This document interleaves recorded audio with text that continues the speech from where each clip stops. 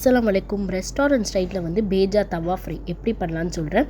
நல்லா பிரெயினை வந்து நல்லா வாஷ் பண்ணி வச்சுக்கோங்க. இப்போ கொஞ்சமாக வந்து மஞ்சள் தூள், காரத்துக்கு ஏற்ற மாதிரி மிளகாய் தூள் ஆட் பண்ணிக்கோங்க. இப்போ வந்து கொஞ்சமாக கரம் மசாலா அண்ட் தென் வந்து பெப்பர் தூள் வந்து கொஞ்சமாக ஆட் பண்ணிக்கோங்க. இப்போ வந்து டேஸ்ட்காக வந்து ஜிஞ்சர் கார்லிக் பேஸ்ட் அண்ட் கொஞ்சமாக வந்து உப்பு இது கூட வந்து சேர்த்துட்டு லெமன் ஜூஸ் சேர்த்தா ஃப்ளேவர் நல்லாயிருக்கும். ஸோ லெமன் ஜூஸ் வந்து நல்லா பிழிஞ்சிட்டு கொஞ்சமாக வந்து பைண்ட் ஆகிறதுக்காக எண்ணெய் வந்து சேர்த்துட்டு அந்த மசாலா வந்து நல்லா வந்து மிக்ஸ் பண்ணிக்கோங்க. தண்ணி வந்து சேர்க்க வேணாம். இப்போ வந்து அந்த மசாலா வந்து பிரெயின் கூட வந்து நல்லா வந்து அப்ளை பண்ணிக்கோங்க. அப்ளை பண்ணிவிட்டு ஒரு ½ அன் ஹவர் வச்சா வந்து போதும். நல்லா வந்து அதில் வந்து மேரினேட் ஆகிடும். இப்போது தவா நல்லா சூடானதுக்கப்புறமா கொஞ்சமாக எண்ணெய் சேர்த்துட்டு அதில் வந்து இந்த பேஜாவை வந்து நம்ம வந்து நடுவில் வச்சு நல்லா வந்து 2 சைடும் ப்ரௌன் ஆகிற வரைக்கும் நல்லா வந்து தவா ஃப்ரை வந்து பண்ணி எடுக்கணும். டீப் ஃப்ரை பண்ணால் வந்து நல்லா இருக்காது. தவா ஃப்ரை பண்ணுங்க, இன்னும் வந்து டேஸ்ட்டு வந்து சூப்பராக இருக்கும்.